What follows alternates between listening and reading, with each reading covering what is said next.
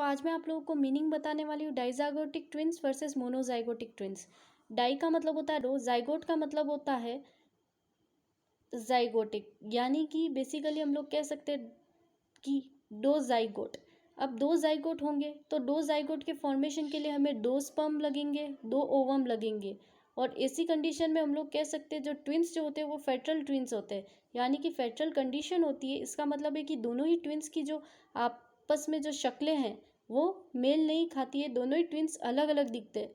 उन्हें देख करके हम ये नहीं कह सकते कि वो दोनों ट्विंस है, क्योंकि उनका जो चेहरा होता है वो बिल्कुल ही अलग होता है। उस कंडीशन को हम लोग कहते हैं डाइजाइगोटिक ट्विंस। और इस कंडीशन में मदर जो है वो 2 सेकेंडरी oocyte रिलीज करती है। और अब हम बात करते हैं मोनोजाइगोटिक ट्विंस की।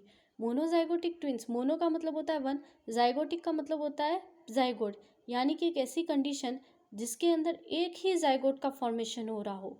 और ये कंडीशन तब होती है जब one ovum, one sperm and the formation of the zygote is also one, यानी कि एक ही जाइगोट से दो ट्विंस, यानी कि एक ही जाइगोट से ट्विंस का फॉर्मेशन हो रहा है। और इस तरीके की कंडीशन में हम लोग कह सकते हैं कि वो जो ट्विंस होते हैं वो आइडेंटिकल ट्विंस होते हैं, यानी कि उन दोनों ट्विंस की शक्लें आपस में मेल खाती हुई होती है, उन दोनों ट्विंस की शक्लें सेम होती है। हम उन्हें देखते से ही पहचान सकते हैं कि ये दोनों ट्विंस ब्रदर है या फिर ट्विन सिस्टर्स है।